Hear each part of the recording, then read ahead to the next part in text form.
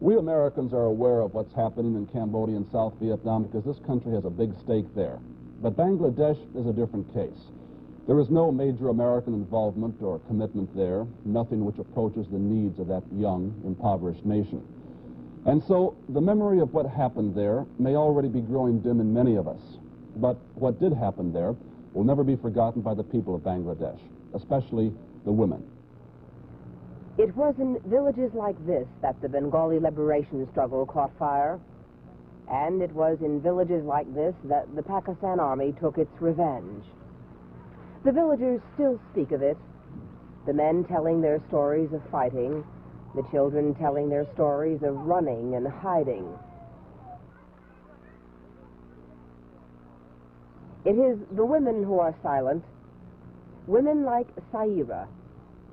She is 16 years old, a widow, and pregnant with the child of a Pakistani soldier. Like thousands of women throughout Bangladesh, she is carrying a child she does not want. She says that her husband was in the Mukti Bahini. He was a commander of the force, in the village. And this army people were looking for him, and they had broken into her house to take him away, actually. And when they were dragging him out of the house, she started screaming and protesting and crying, trying to hold back her husband. And one of them turned back and raped her in front of her husband, who was forced to sit and watch with guns pointed at him. And later on she Like says many that women who were raped by Pakistani soldiers, Saira is in disgrace among her people. Her parents take care of her, but they are certain that no man will ever marry her. Since January, many of the women ravaged by the Pakistani troops have been living in this house. They're being cared for by a government-sponsored women's rehabilitation group. Almost all of the women here are pregnant. They are very young, some only 13 years old. In a few cases, their parents have abandoned them.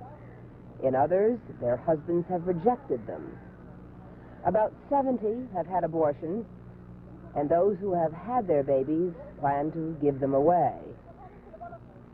Most of the girls here were held prisoner by the Pakistani troops in the army barracks. For weeks, each day and each night, they were forced to submit to whatever the soldiers demanded.